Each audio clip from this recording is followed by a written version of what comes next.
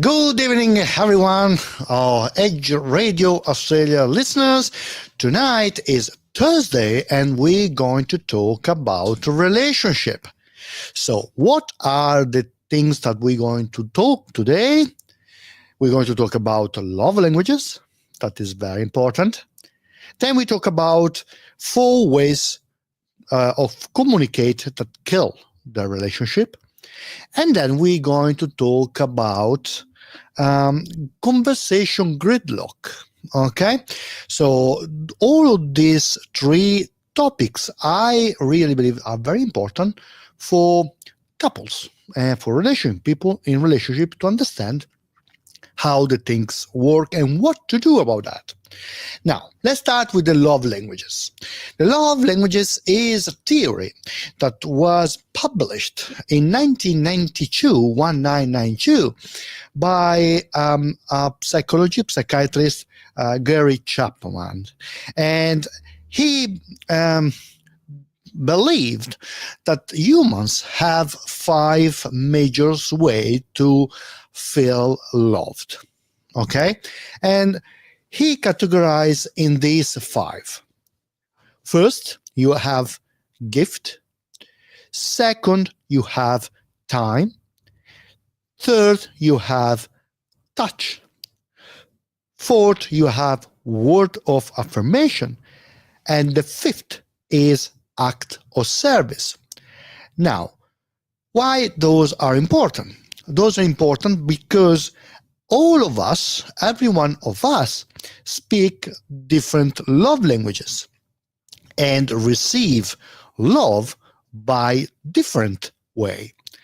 And it's important to understand, if you are in a relationship, which one of these of love languages is your partner.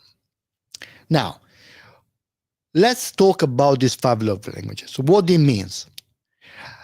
If someone feel loved with gift, can be, of course, a Ferrari if you want to, but gift is more about the thought that you buy something for the partner. So it can be a piece of chocolate, can be a flower, can be a candy, can be small things. Okay, don't have to be big, small things often. So gift. So the value is on gift. Now, time is actually good time with your partner. Time means spending time for a walk, spending time for a talk, scheduling time to have the conversations, doing things together, play together, have fun together. This is time, spend time together. Touch. Touch is very often misunderstood with sex. Touch in this love language, there's nothing to do with sex.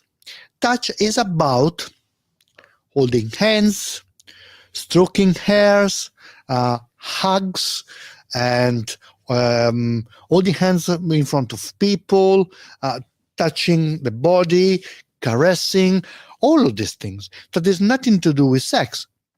When people say my love language is touch because I express love with sex, sex is the way that one of the way that you express sex, but is not the way that is not the touch of the love language. Okay. Now, words affirmation. Words affirmation are compliment.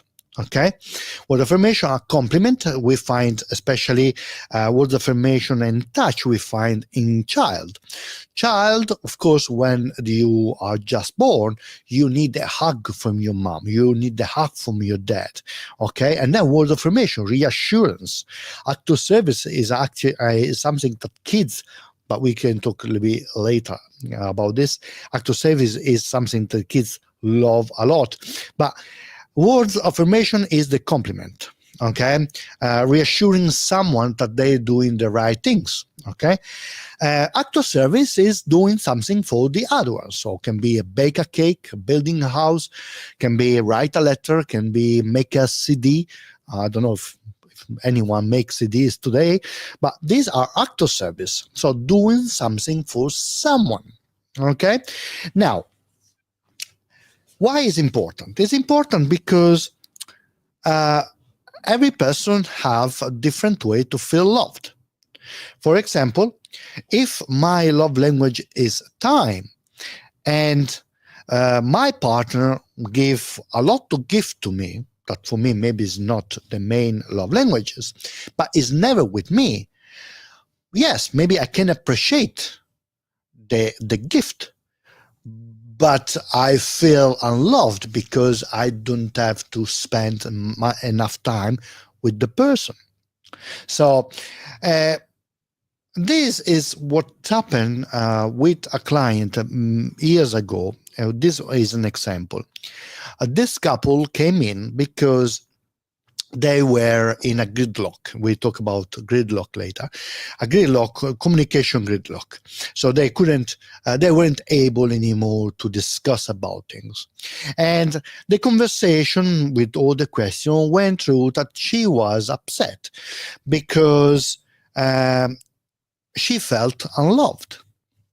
So, and the partner say, well, I'm building a house for you. I'm building a house for you.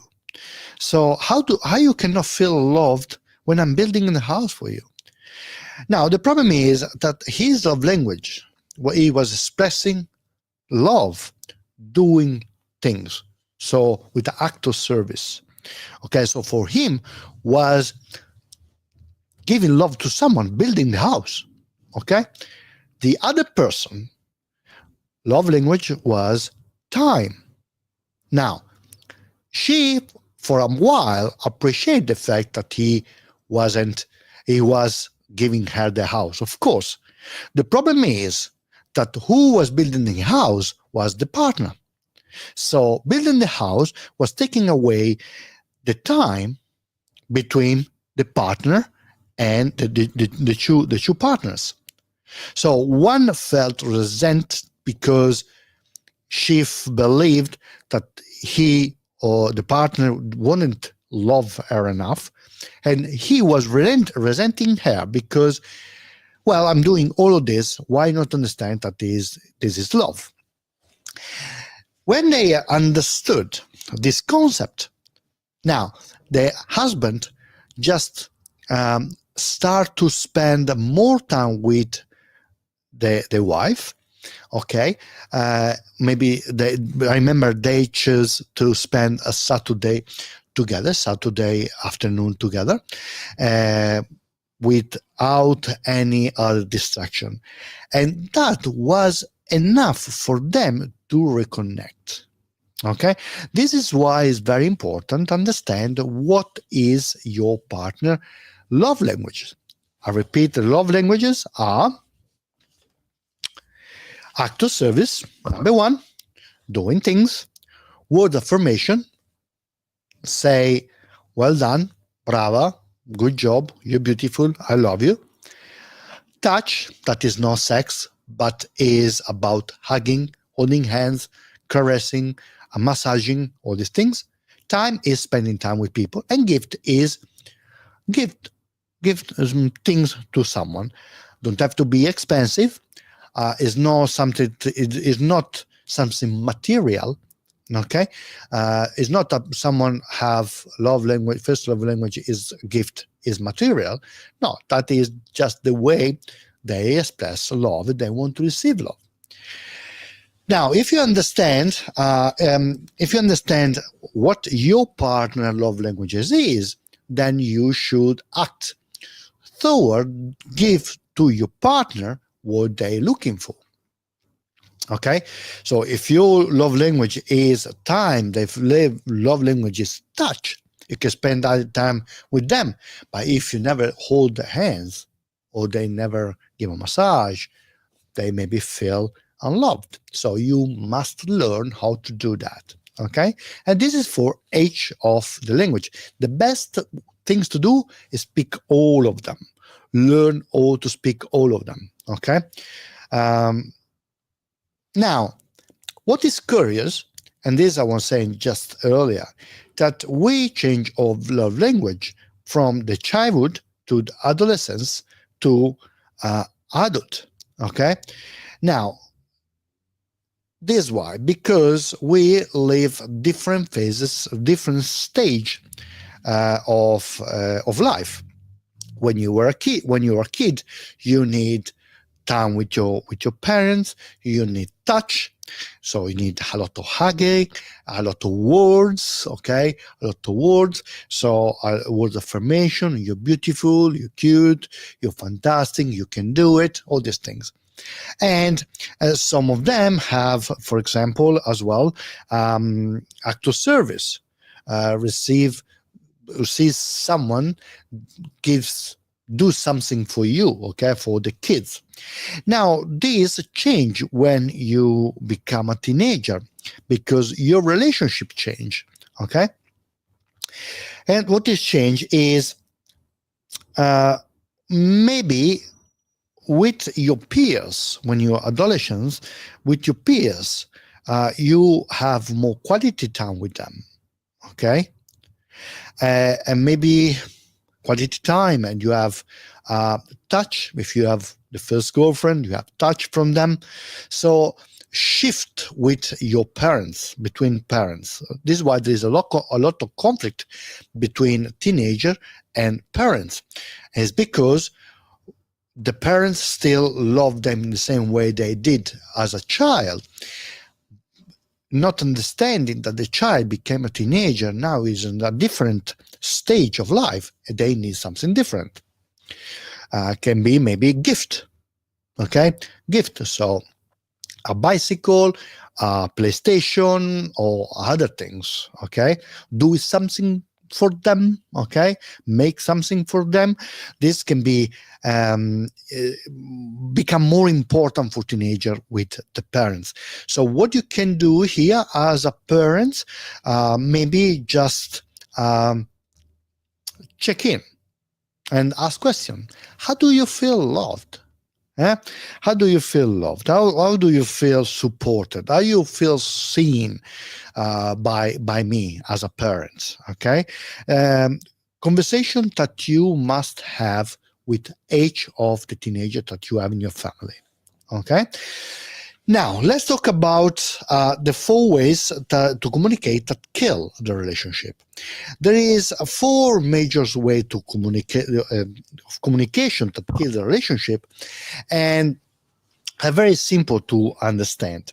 So, and if you're going to have a look, and then we talk about this, we to have a look, they are connected. Okay. Now, communication number 1 that kill a relationship is criticism. Criticism is different from complaining, because criticism stand from a point of criticize someone personality, someone person, okay, beliefs, okay, where if you complain about something that didn't happen. For example, you complain is like the criticism is why the rubbish still here? I cannot ask you to do anything. Yeah, that the criticism. Complaining is, darling, what happened? Why the rubbish stay here? Complaining. Complaining, critics is 2 different ways to communicate. Same things, same problem, 2 different ways. The second way to communicate that kill a relationship is defensiveness, is when you defend yourself from the critics, okay, without accepting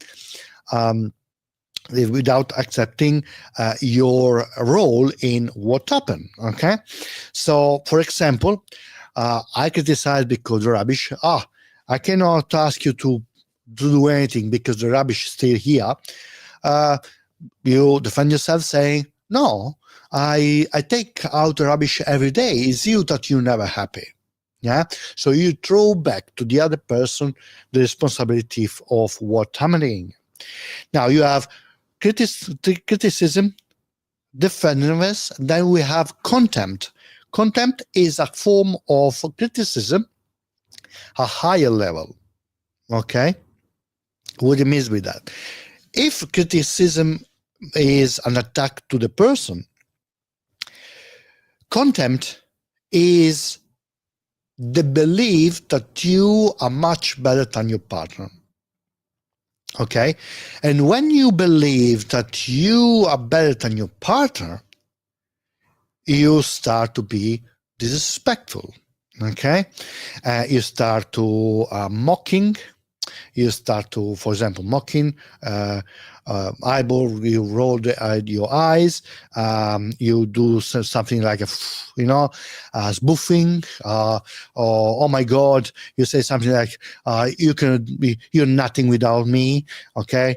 You're nothing without me, you lost without me, I can do everything, you are useless. This is all contempt, contempt. Come from a point of you that you believed that you're better than the other person. Now, the third part is stonewalling. Stonewalling is when you become too heated, okay? The conversation become too heated, overwhelmed, your blood start pumping, your heart rate go up, and you just shut down. You just shut down.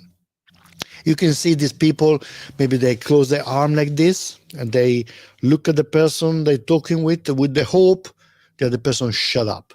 Yeah, this is stonewalling. Now, I give an example of all of this four altogether, okay, with the rubbish. While rubbish is here, I cannot ask you to do anything.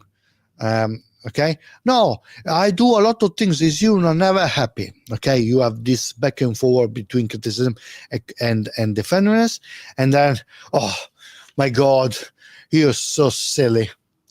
Oh my God, you're so silly. This is contempt. Okay, my God, you're so silly. You always have excuses. This is contempt. Huh? And then the other person shut down and walk away. Now, it's looked like that stonewalling is something that more men do, for the simple reason that is an anthropological things that we learned, and men used to learn in hunting and gathering time when they were facing maybe something very dangerous. They need to shut down their body and hope that the thing they were facing wouldn't see them and kill them. Now, we don't have any more tigers, okay? We don't have any more dangerous animal that want to kill us. Now is our partner, okay? What you can do to defeat these four ways to communicate that kill your relationship: criticism, you have to learn to speak, to start the conversation in gentle way. Be gentle with your partner, okay? Defensiveness, you defeat defensiveness if you are able to take responsibility of your action and say sorry. Say sorry. Sorry is a word that not many people can say. Yeah. Now, contempt is the most dangerous of all between all four, because you insult the other person. So contempt, you need to instigate a culture of appreciation. If you appreciate your partner, if you appreciate the person that you have next to you, appreciate what you have, you will be less prone to contempt. And stonewalling, you should self-shoot. What it means, take a break from the conversation. If the conversation gets too heated, you take a break from the conversation. You walk away with the plan to come back in 30, 40 minutes and resume and start a new conversation about the same problem until you haven't resolved it. Okay? In this way, you can help the relationship to have better conversation. I give an example of this one. So do you remember The one about the rubbish? Okay. While the rubbish is here, I cannot ask you that. I do everything for you. You're not never happy. And then contempt, you're so silly. Would be much easier to say, darling, why the rubbish is here? Complaining, okay? I ask you to take it away. Oh, I'm sorry. I'm sorry.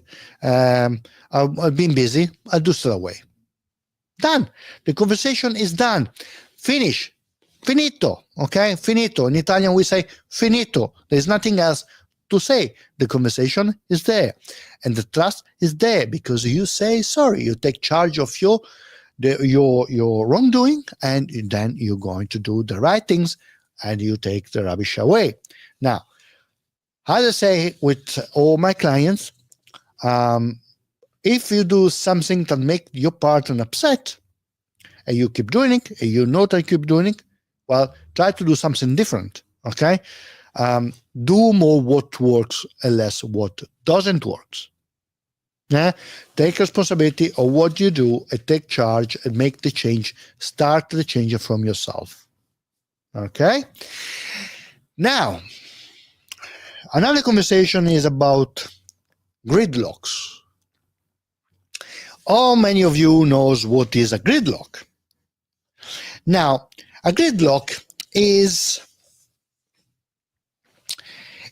when two people in the relationship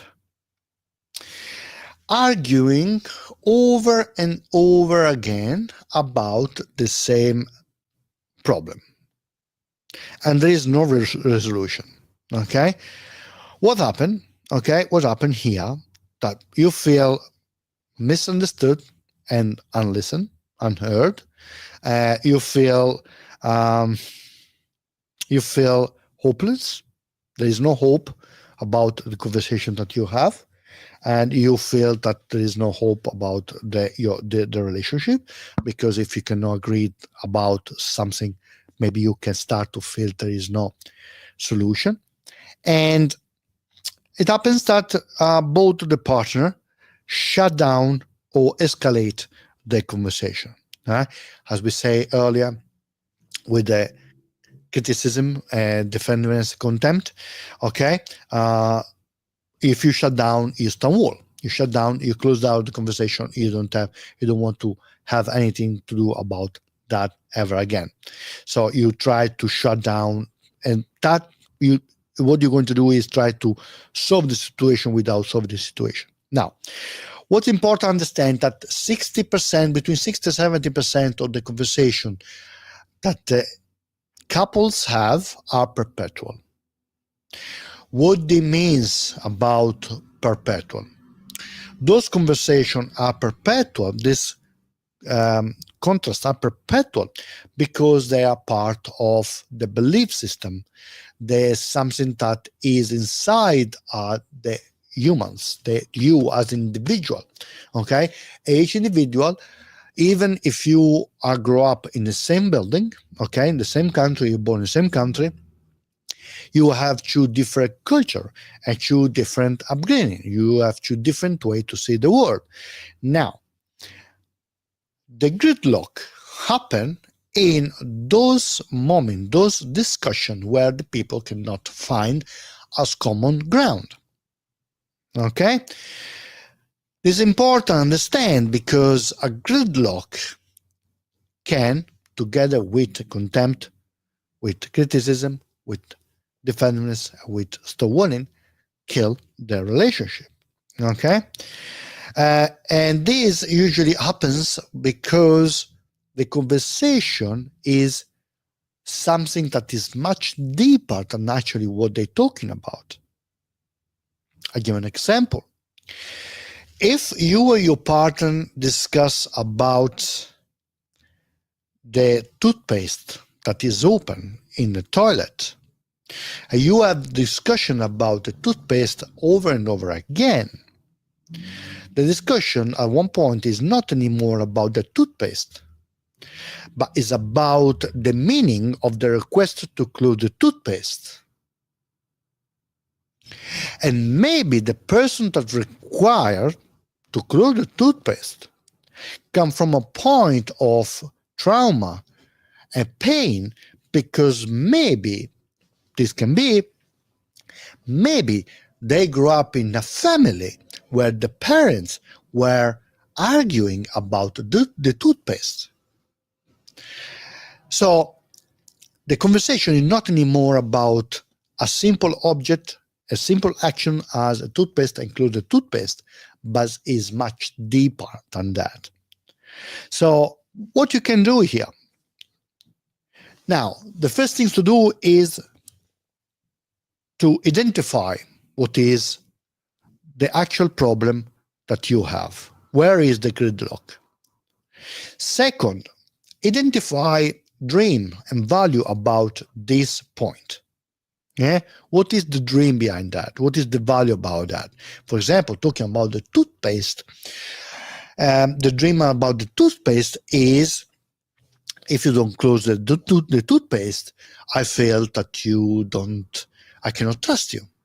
You don't respect me because I ask you, and you don't do it because you don't respect me. Or the value can be, is something that is connected with my childhood, and I feel that it's important that you're going to close the toothpaste. Yeah? Now, it's important here that you use active listening. What is active listening? Active listening is when you actually listen what the other person without having already an answer. Okay? For example, if you ask your partner about why closing the toothpaste is so important and tell you about the story about the family, okay, you should be able to listen and not say, well, I'm not your family. Huh? I can do whatever I want. I'm not your family. No, listen, understand. Okay? Try to understand where the person comes from. Now, accept the difference between you two. Okay? As I say earlier, say sorry sometimes solve a lot of problem. But if there is real difference between the two, for example, many people have gridlock in politics. Okay? Politics, you can discuss about politics if you go through all these things. What is the dream and the value about your ideological, political, ideological. Anyway, that one. You can understand if you actually listen what is the point of view of the other person. This is what people don't do because they want to come across as the winner. Okay? And then you're going to accept the difference between you and your partner. It is important that you do all of this, creating an emotional space to talk about this without criticizing, without judging, without complaining about what's going on. Okay?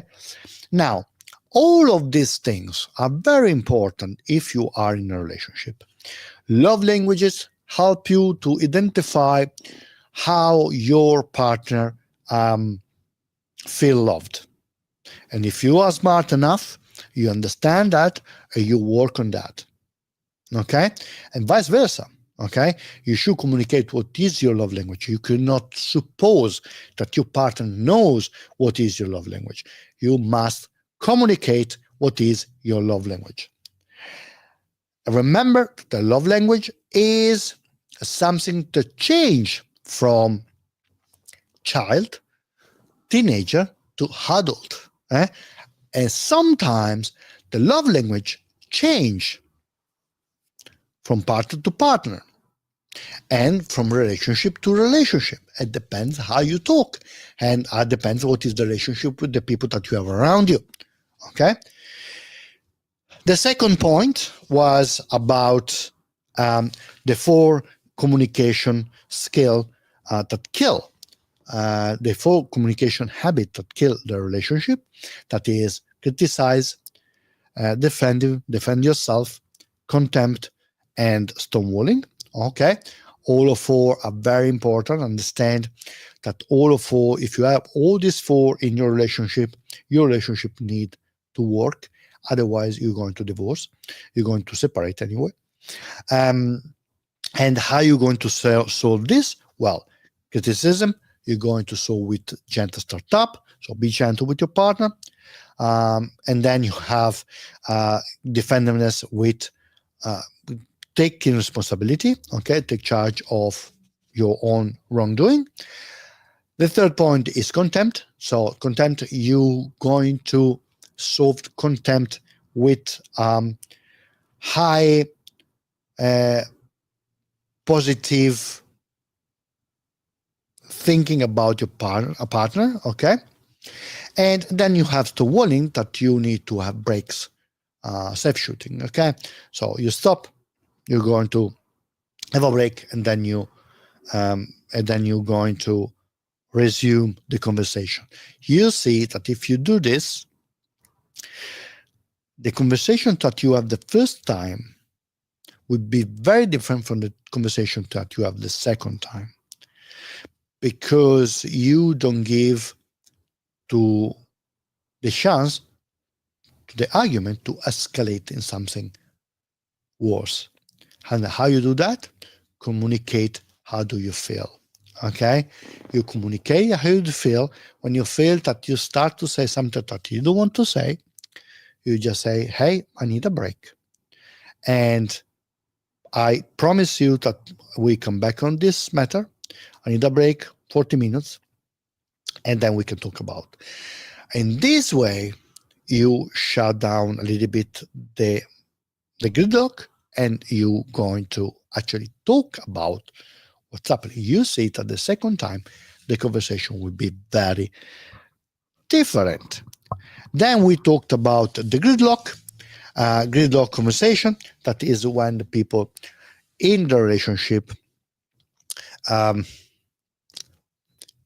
talk over and over again about the same thing. Okay, and how are you going to do about that? You're going to do 5 simple things. How you can recognize them? You recognize them because the gridlock, because you talk all the same problem over and over again. You feel misunderstood and unheard. You feel that one or both of the partners shut down or escalating emotion the conversation. And what you're going to do? Identify what are the dream and the value. Okay, so what are the dream and the value about the conversation that you have? Use active listening. Listen without thinking to answer before to understand.